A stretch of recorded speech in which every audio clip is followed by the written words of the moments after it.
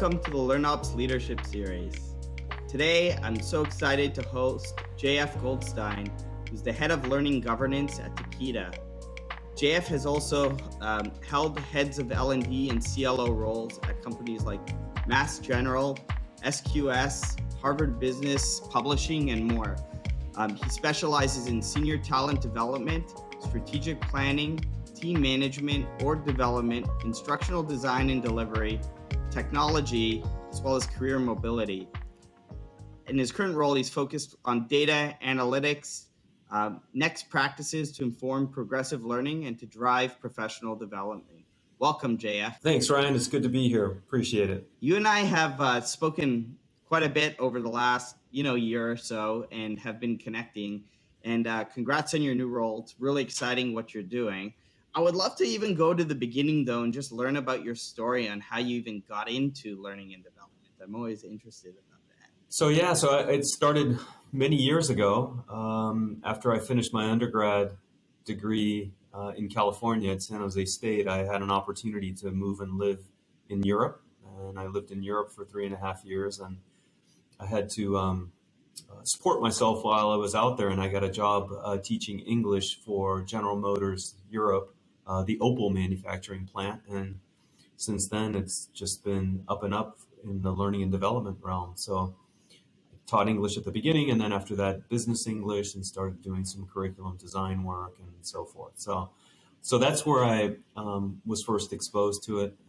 And then later on, I worked for a number of other organizations in the learning and development capacity, from being a facilitator to managing learning operations and developing strategy and so forth. So it's been a fun journey, and I feel like I'm learning something still every day. So fun. Your background is really interesting to me personally because I come from a sales background as well, and one company that I started led me to leading sales teams at a company in the UK.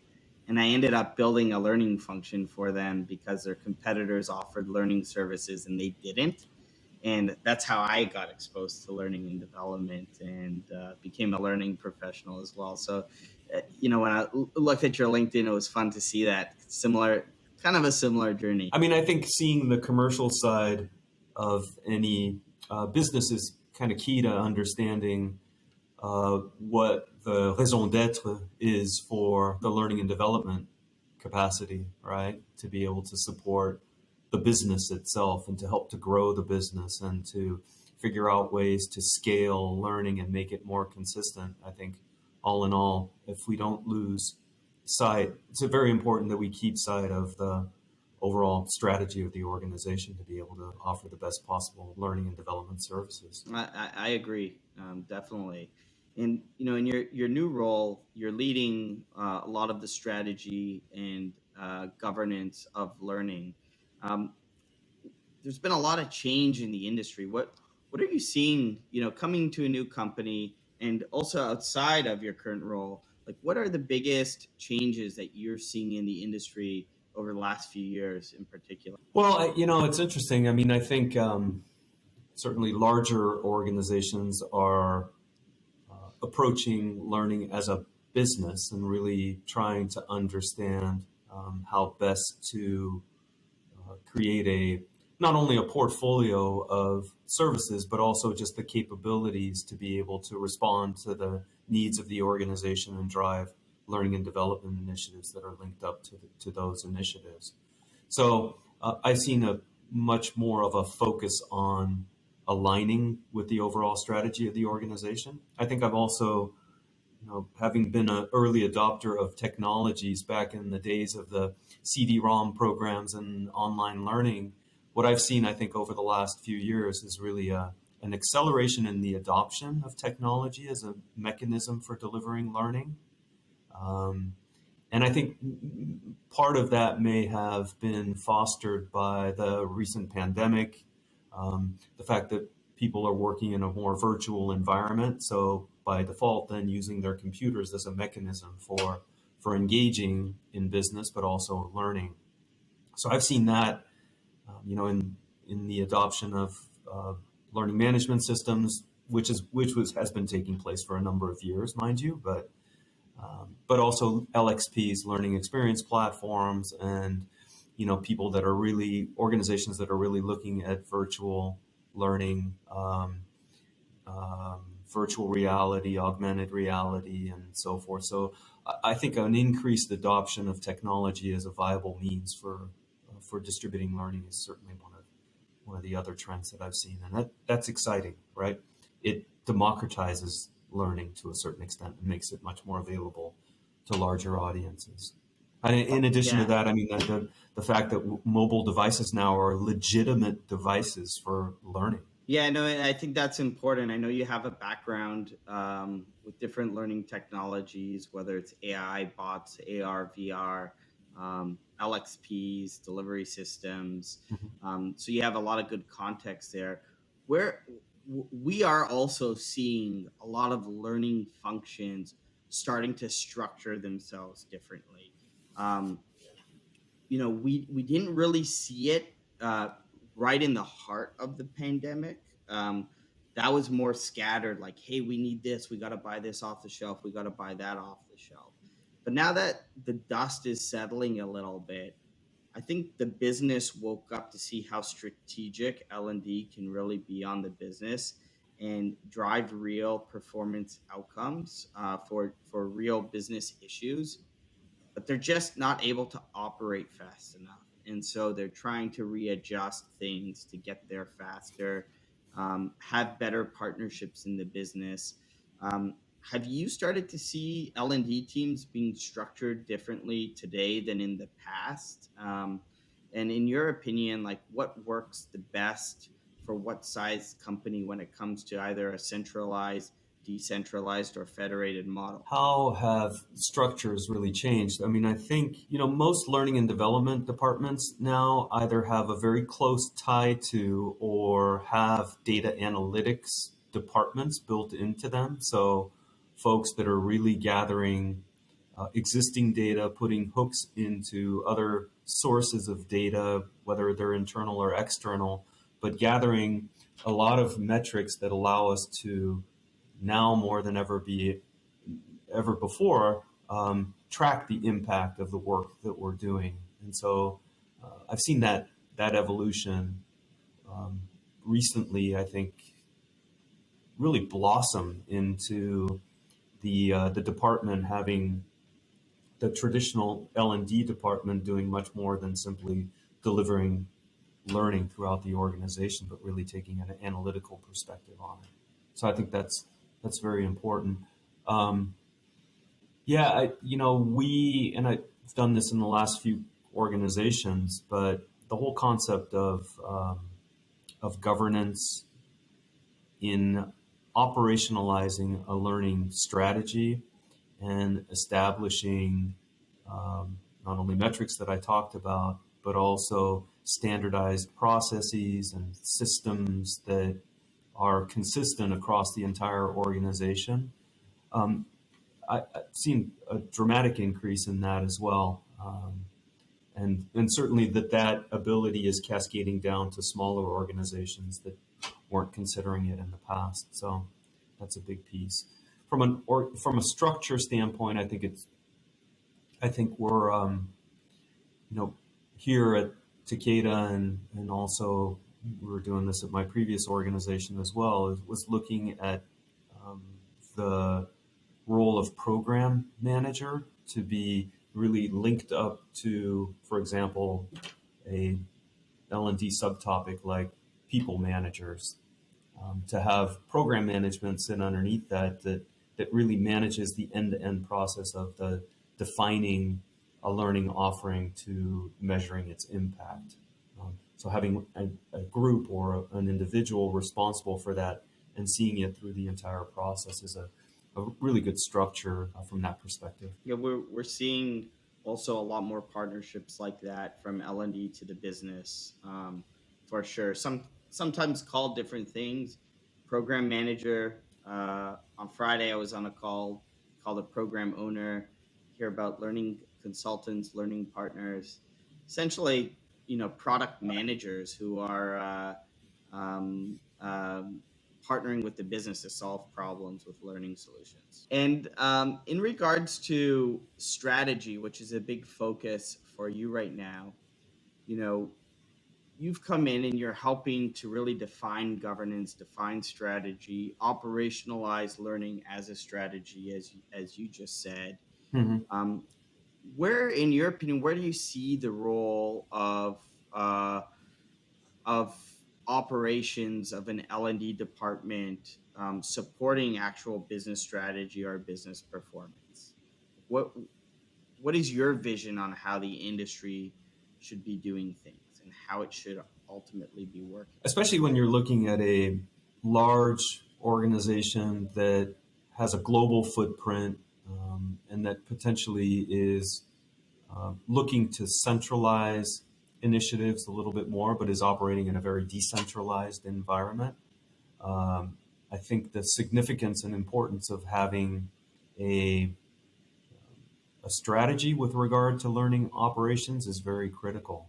I think there are some benefits to looking at the learning and development process almost like you might look at the manufacturing process, right? That you have a particular product that you are producing, and that there's an R&D piece of the business that does the analysis and the determination of the adequacy and need for a particular program, to the development process, to the actual production, and ultimately the delivery of a learning solution. So I think from an operations standpoint, you know, a manufacturing model is a great way to look at it as a process that can be improved upon, that can be broken down into sub processes, and to be able to have a way of managing that both from a people management but also process management perspective, like an operating model and so forth, is really, really critical, I think. And then the ability um, to apply um, methodologies like agile to the process itself, I think, allow you to again do relatively rapid deployment, and have an improvement process in place that allows you to continuously build upon the learnings and produce effective learning solutions at the end. You have different people on the team who are more familiar with particular learning technologies or solutions. Is there a playbook on which solutions to recommend for the types of problems that are coming, or what is that playbook for those uh, program managers to identify the problem and recommend the right solution and the experience for the Yeah. solution to make it effective? Yeah, I think I don't know that there's anything modern there. I mean, it really is, and we harp on this all the time, is that you have a very structured analytical process in analyzing a particular situation and determining what viable solutions there are. And that is a deeper needs assessment. It's an understanding of what you're ultimately trying to do. I'm always um, excited about a potential initiative that is explored and we determine that learning isn't the appropriate solution. That means that we've actually done a deeper analysis and we've really understood what the ultimate effect is that we want to have on this particular initiative. Rolling on and on here about it, but I think, yeah, the needs assessment is just the critical part of it. And that makes sense. And you talked about data as well. Sometimes data is the actual, in addition to the experience or the solution delivered, data actually measures the outcome. Are you tracking both operational data, performance data, both? I mean, where do you start when it comes to having a data roadmap?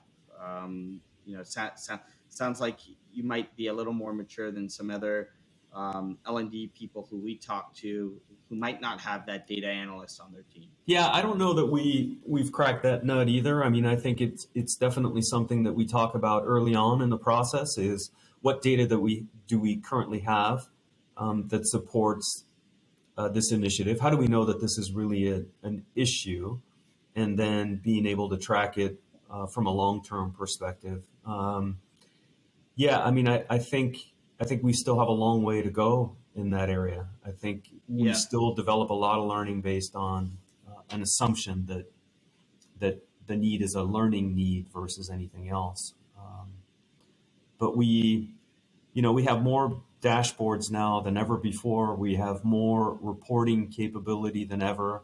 I think the challenge continues to be how clean is the data, how accurate is the data, and um, and then how can we then gather ongoing, from a longitudinal perspective, data that helps us determine whether or not we've really truly had an impact on it. But yeah, I mean, I think I'm fascinated by a lot of the data mining activities that our data analytics groups do in being able to give us a number of data points and showing the interrelationships between those. So making the decisions much more informed than ever before. It's actually really interesting. We recently invested in a data science team, and it Yeah. really is like very complicated math. And some of the people are just sitting in math all day, looking for the trends and whatnot. It's pretty fascinating when you see them recognize those discoveries and then kind of bring it towards business strategy. Are, are you aligning any of the data objectives to tie back to corporate strategy where you can show where L&D is making an impact, or is that not yet the priority? We always turn back to more the traditional metrics like retention, turnover, Mm-hmm. statistics, and things like that. We also track to results in employee engagement surveys and so forth to be able to associate some sort of impact based on the initiatives that we put together that are related to those particular questions in the survey.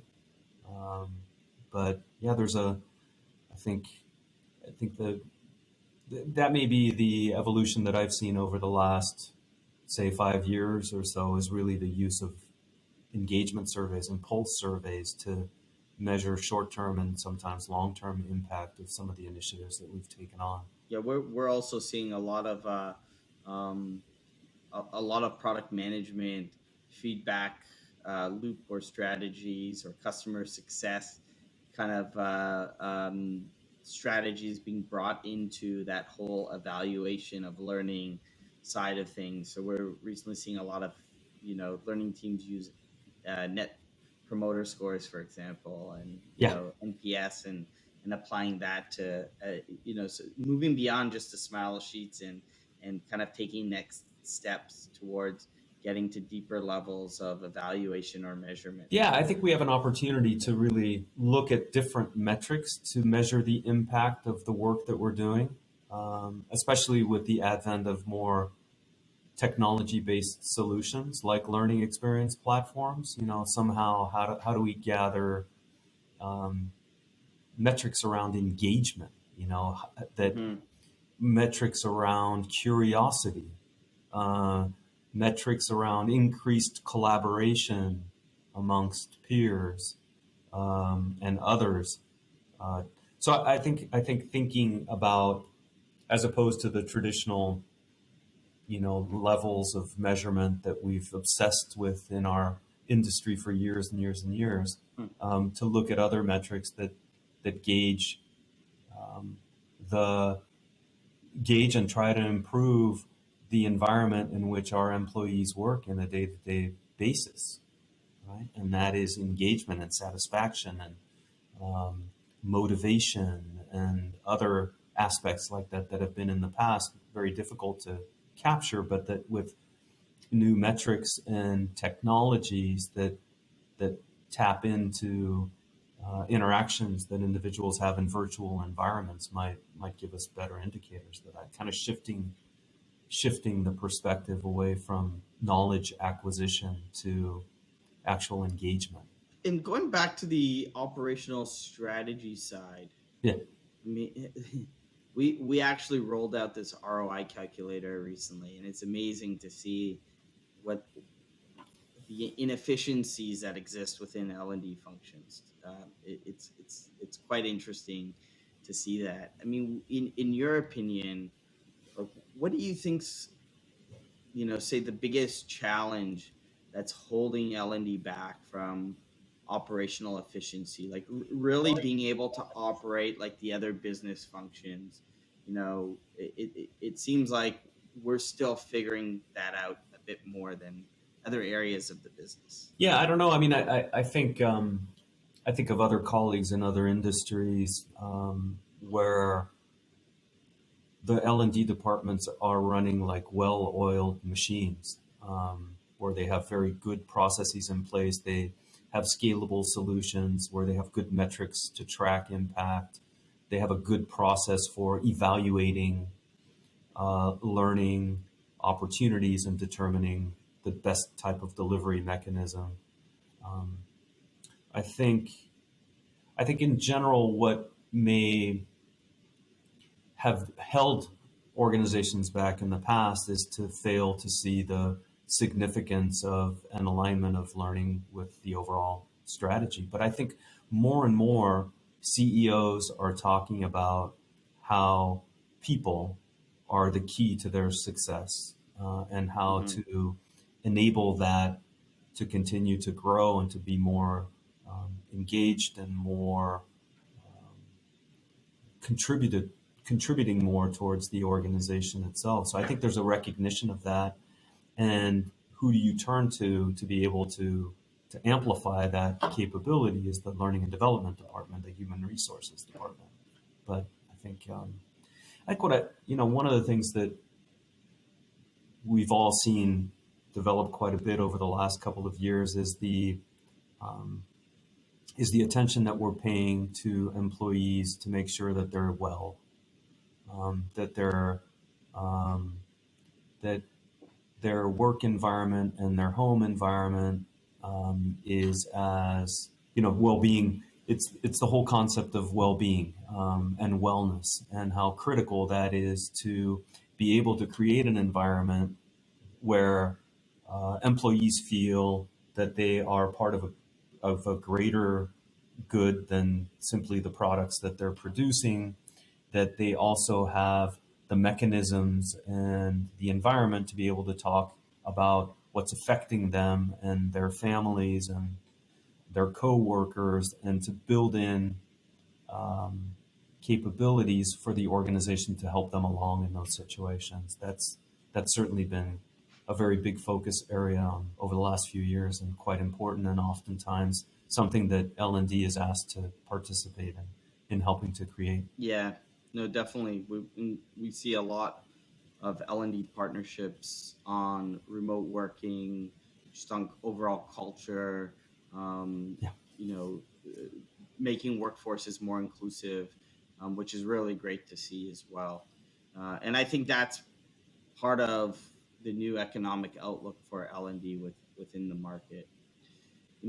It's interesting that some of your colleagues are running L&D functions like a well-oiled machine, and certainly we're seeing more of the industry talking about operations, focusing more on strategy and operations, which is really good to see. We do still hear about some people talking about it's difficult to get the C-suite on board with learning solutions, or even getting that seat at the table.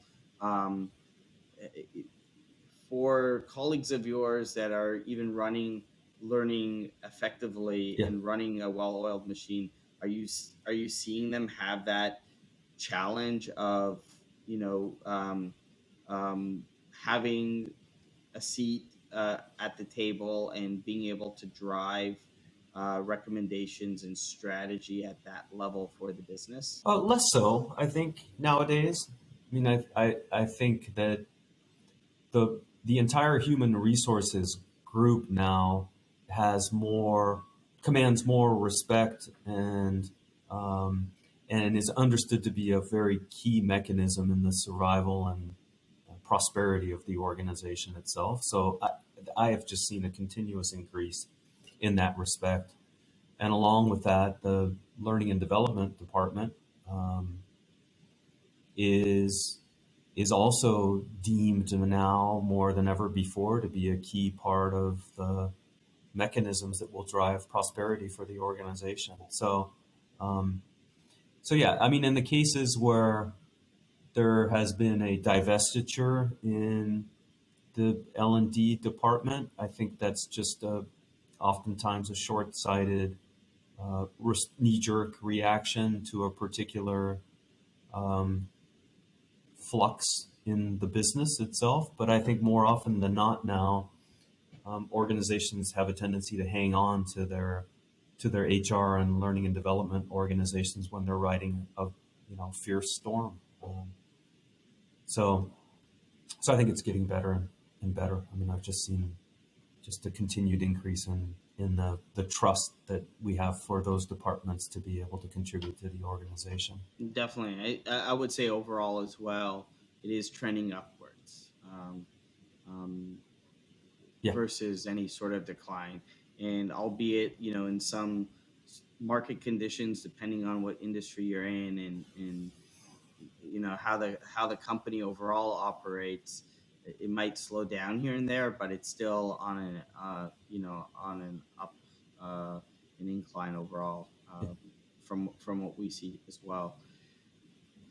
yeah, I agree. What are some good resources, JF, to stay, you know, uh, ahead of things, and keep things top of mind when it comes to learning and strategy? Are there any books or places that you'd recommend to the audience on where to stay, in touch with some of the best practices? Yeah, I mean, I think there are a number of different research organizations that I subscribe to. Like everything from Gardner to I4CP to even a lot of the work that Person publishes and so forth. I mean, those are the go-to resources, I think, of most learning and development professionals, and um, and the fact that there are services now that curate content and have SMEs and so forth to be able to, and also these organizations oftentimes create collaborative environments where peers can connect with one another to share insights and experiences and perspectives. I've seen, I certainly subscribe to most of those organizations. I think, yeah, I mean, I'll go back to um, one of the points I brought up earlier around, um, curiosity, also exploration, agile experimentation. I think we haven't figured everything out yet, and there are certain approaches that may work better for us than others. And so having an agile mindset and really experimenting and fostering an environment that allows for um, the failure of some of these experiments is certainly, as learning professionals, we know we learn a lot more about the things that we did incorrectly versus correctly. Um, that Yeah. that fostering that sort of an environment may be one of the best ways to kind of grow as an organization um, and be able to find your true north from an L&D perspective. I think that's a critical aspect of it. So how do you, as a learning and development professional within your organization, foster um, that environment of uh, really searching and experimenting and changing directions where necessary to be able to really come up with something that's impactful? Yeah, I think a lot of learning professionals, um, can learn from experimentation, and just learning. I call it falling forward, right? Because even though if you're failing, you're still moving forward. Um, and so fall forward, I guess we could Yeah, we could say. yeah. Make sure that get too many bruises as you do it, but a little bit of pain along the way is certainly helps in the whole experience, doesn't it? Yeah, I mean, coming out on the other side, those are the best learning experiences, the most valuable experiences where you could actually mentor from those ones. Yeah, yeah, The more pain, the more gain. that's right. But whatever we can do to learn from the experiences of others, right, through these collaborative environments, and then whatever we can do from an analytical standpoint by looking at historical data and projecting future impact, can help us make more, can help us make decisions that maybe have a higher likelihood of being successful versus in the past where it might have just been a shot in the dark. Oh, well said. Definitely. Well, this has been a lot of fun, JF. There's a lot of great, information, nuggets here for everybody to digest. I'm really excited to have this part of our series, and really appreciative of your time and you sharing your insights and wisdom on learning strategy and you know experimenting, falling forward, and seeing the industry succeed more as well. Well, it was a pleasure. Thank you for your time as well. And, I think as long as we can continue to have a learning mindset as we explore ways of both improving and scaling the services that we render for our organizations, then the better off we'll all be. So.